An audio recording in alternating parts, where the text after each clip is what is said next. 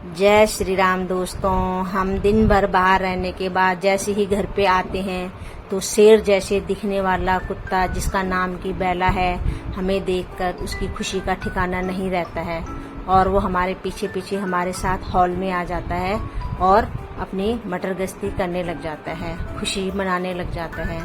यह देखकर माधव उसको अपने रूम में जाने के लिए बोलता है, लेकिन वो माधव को अनसुना करके उसको भाव नहीं देता।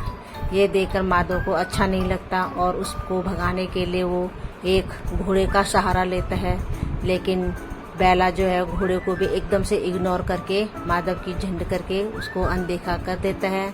इसके बाद माधव लाता है एक डांसिंग परी।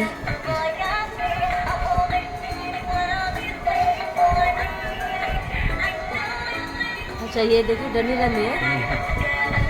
लेकिन डांसिंग परी को से भी जब बेला नहीं डरता तो माधव को लेना पड़ता है क्रेन का सहारा, और क्रेन को देखते ही बेला ने घुटने टेक दे और मैदान छोड़ के चला जाता है। खुशी जाहिर करने के लिए माधव करता है बेली डांस। उसके बाद ईशी लाती है डांस और गाना गाने वाला कैक्टस।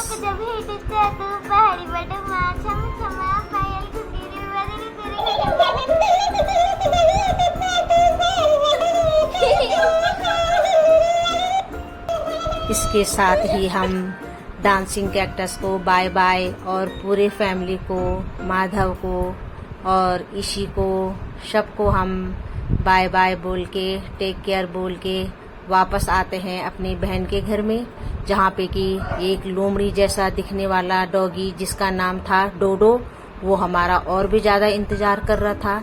जैसे कि कोई छोटा बच्चा अपनी मम्मी का इंतजार करता है, उससे ज्यादा वो हमारे इंतजार कर रहा था, अपने खाने का इंतजार कर रहा था। हमारे हाथ में अपने खाने की पन्नी देख के ही उसकी खुशी का ठिकाना नहीं रहा और उसके मन के भाव को देख के ये लग रहा था कि वो 1 मिनट का भी इंतजार करना उसको पसंद नहीं है, और वो लालची भरी नजरों से एक टक लगाए जीभ चाटते हुए अपने खाने को घूरने पे लगा हुआ था। और आखिरकार उसको उसका खाना मिलता है, तब उसकी बेचैन आत्मा को शांति मिलती है। उसके बाद अंदर हमारा इंतजार कर रही थी मिष्टी, जो कि डोडो से भी और ज्यादा बेचैन हो रखी थी और हमारा और अपने खाने का इंतजार कर रही थी। जैसे उसने हमें और अपना खाना देखा तो वो और डोडो से ज्यादा बेसब्री हो जाती है।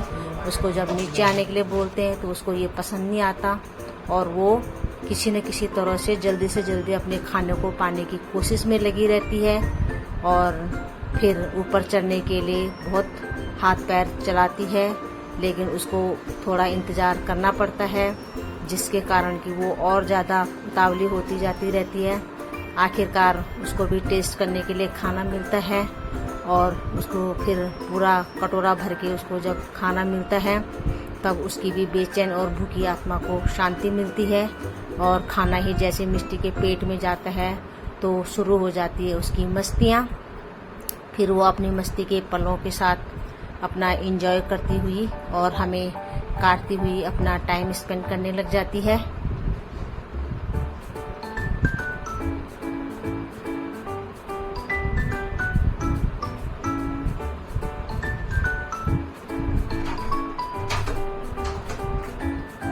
और उसकी इस मस्ती के साथ साथ जब हम छत में जाते हैं तो वहाँ हमें मिलती है मिष्टी की बड़ी बहन सिष्टी, जो कि मिष्टू से भी बहुत ज़्यादा खूबसूरत, क्यूट और बहुत भोली सी दिखने वाली मिलती है हमें, जिसका मुंह तो एकदम उल्लू जैसे लगता है, कान उसके लगते हैं खरगोश के जैसे, पूंछ उसकी गिलहरी के जैसे, लेकिन वो मिष्टी से ज़्यादा क्यूट थी और शरीफ भी थी।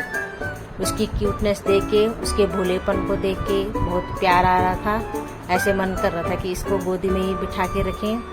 तो फ्रेंड्स, आज के ब्लॉग में हमारा बेला, डोडो, मिष्टी और सिष्टी की दिन भर की शैतानियाँ अगर आप